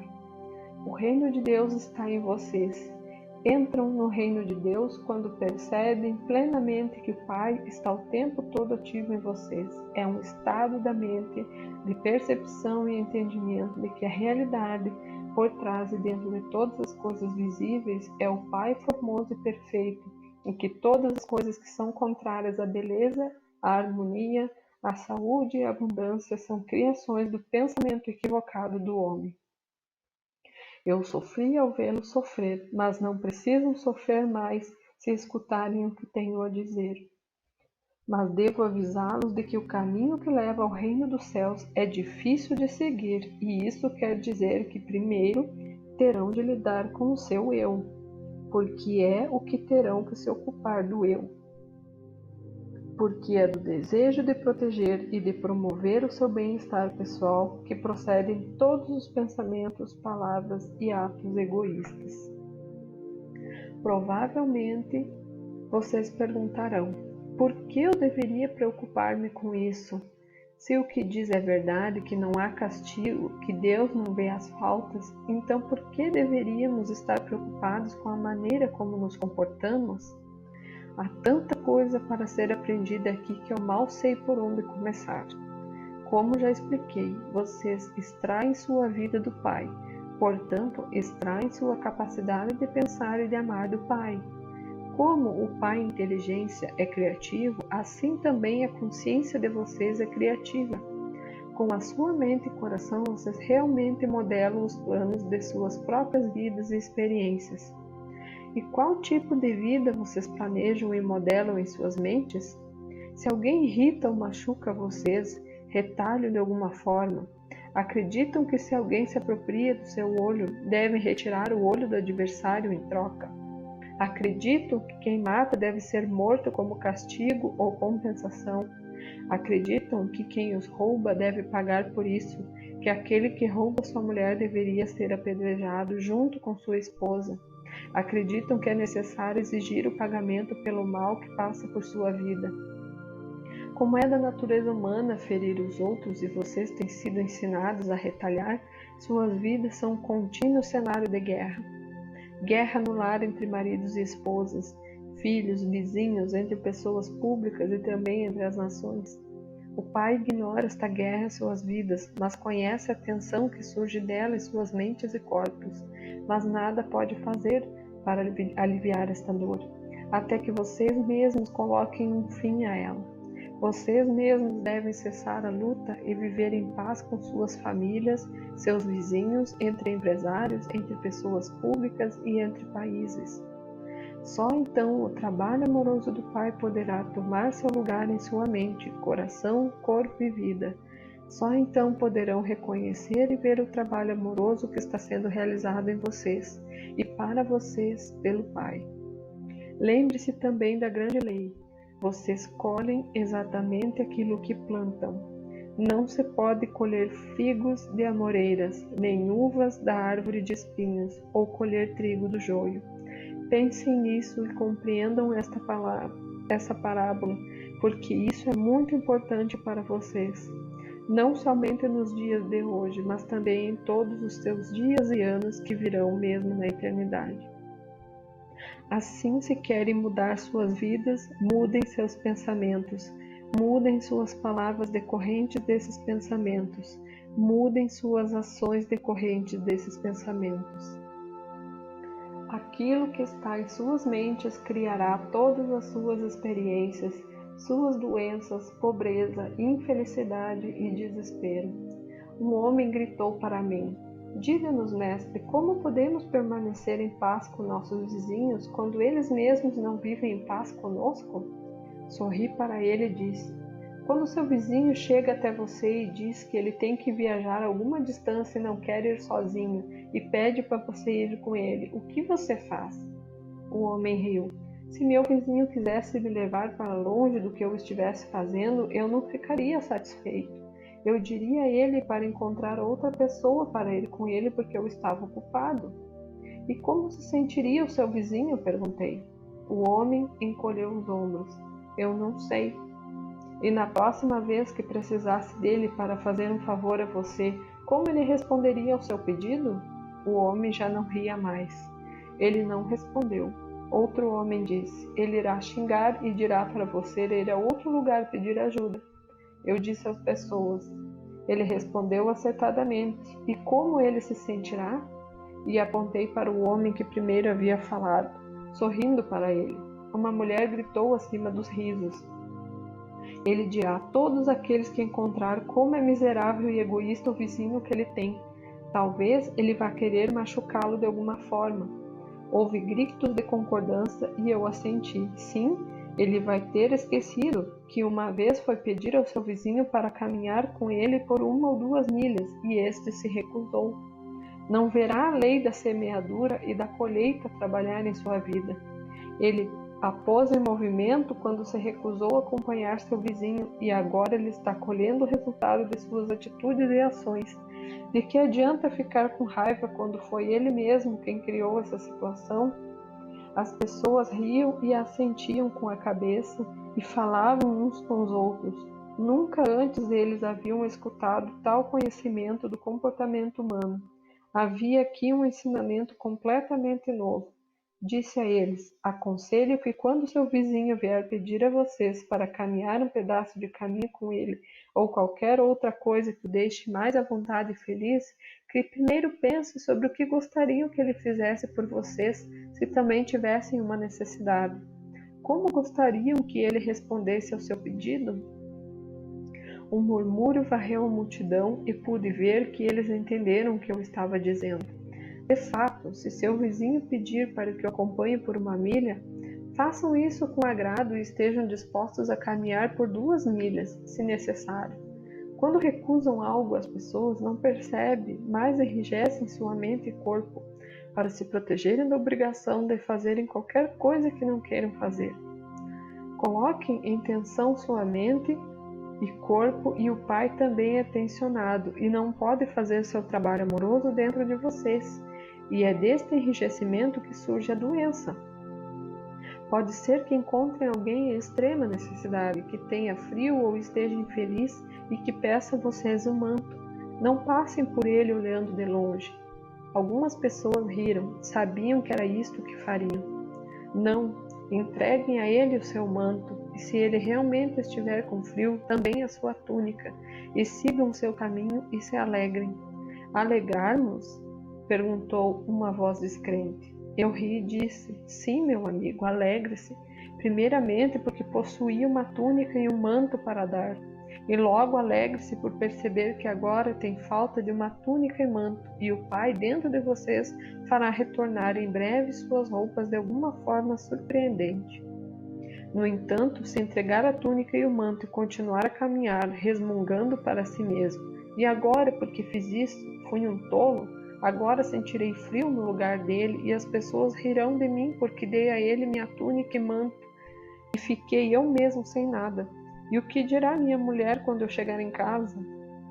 As pessoas concordavam e riam, apreciando a imagem do homem que dá sua única túnica e manto e em seguida lembra que coisa insensata fez a si próprio. Eu sabia que muitas vezes se privavam para ajudar os outros e lamentavam sua generosidade logo depois. Esperei por um momento, então falei em voz alta para conseguir plena atenção de todos. Mas eu não disse que colhem o que plantam? Não disse claramente que seus pensamentos, palavras e ações criam sua vida futura? Então, o que querem semear para colher depois de terem dado a túnica e o manto ao estranho? Querem que isso tenha para vocês? Querem ficar sem a túnica e o manto durante muito tempo? Porque é isso que acontecerá se continuarem seus caminhos irritados e chateados, porque doaram suas roupas, suas palavras e ações selarão, endurecerão como uma rocha. A pobreza que trouxeram para vocês por terem doado a túnica e o manto. As pessoas já não riam nem sorriam mais. Estavam muito caladas e escutando atentamente. Lembrem-se, primeiro façam aos outros o que gostariam que fizessem para vocês, e então haverá paz e contentamento em sua mente e coração, e o Pai poderá fazer o seu amoroso trabalho em seu corpo, mente e coração. Doem e doem abundantemente, alegrem-se porque vocês têm presentes para doar aos necessitados, e porque enquanto estão doando, seus dons vão sendo restaurados da forma que mais necessitam.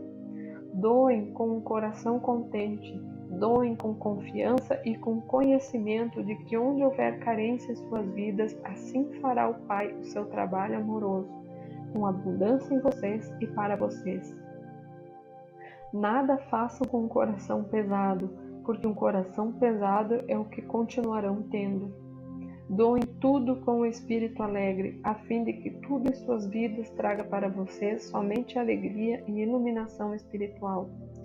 Um homem comentou: isso vai contra a natureza do homem. É natural preocupar-se com o futuro. A roupa é cara, a comida é difícil de encontrar. A vida é uma luta constante. Respondi em voz alta porque ele estava apenas dizendo o que eu sabia que a maioria dos meus ouvintes estava pensando. Mas você não sabe com certeza se amanhã estará lutando para viver. Não sabe se amanhã terá um trabalho esplêndido ou qualquer outra coisa maravilhosa que possa vir para você.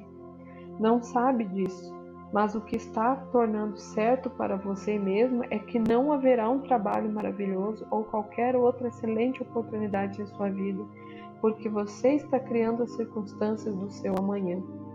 Ele irritou-se. Como estou fazendo isso? Não acabei de explicar? Virei-me para o povo rindo. Digam-me, como foi que este homem de túnica vermelha aqui na frente criou seus amanhãs? Houve silêncio na multidão. Então um jovem rapaz, Marcos, gritou para mim. Eu sei.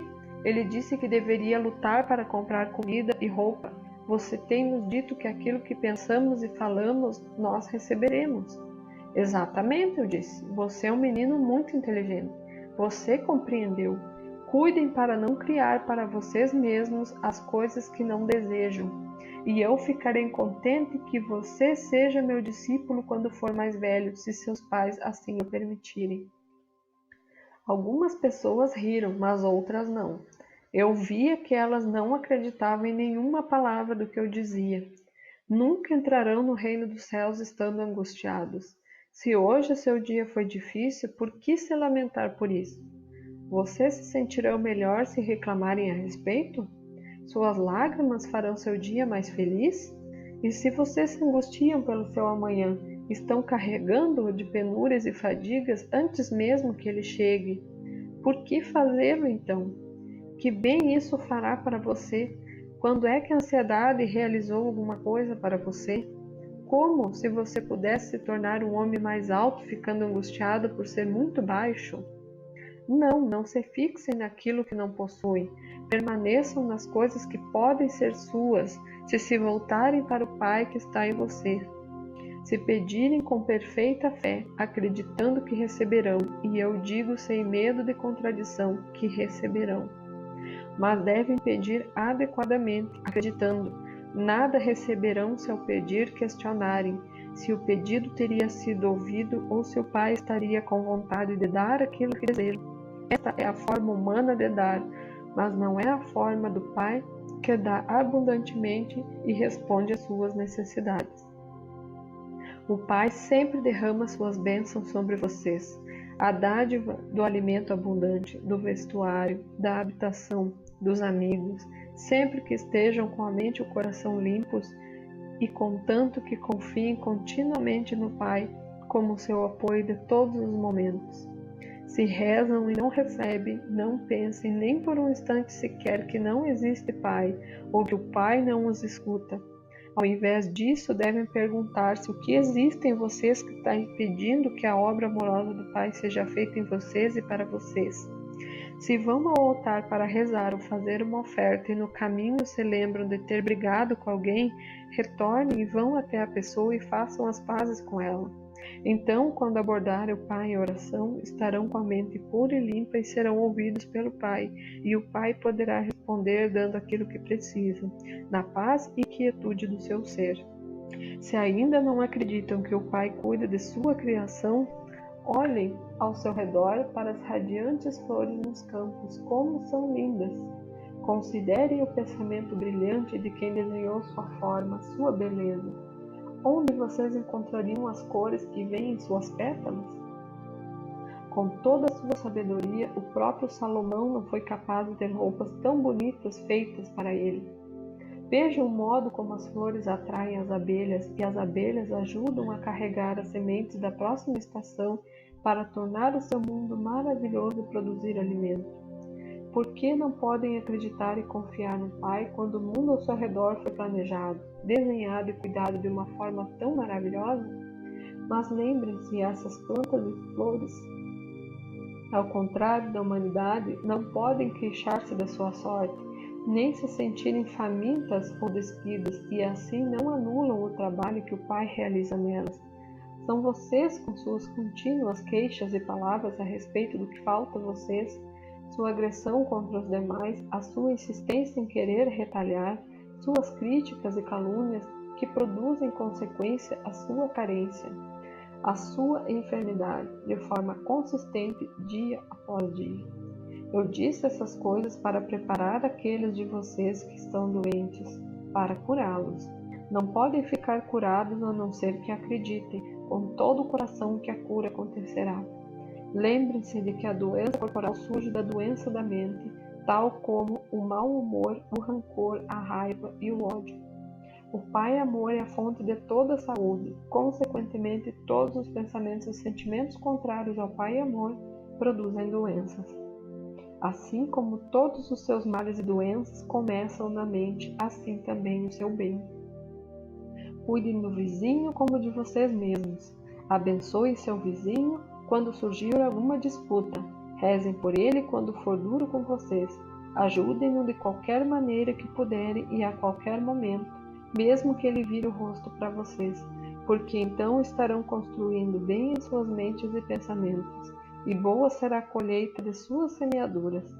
E ainda mais vocês estarão harmonizando suas mentes e colocando-as em sintonia com o Pai que está em vocês, que é o amor perfeito. Nessas condições, o Pai pode fazer o seu perfeito trabalho amoroso em vocês.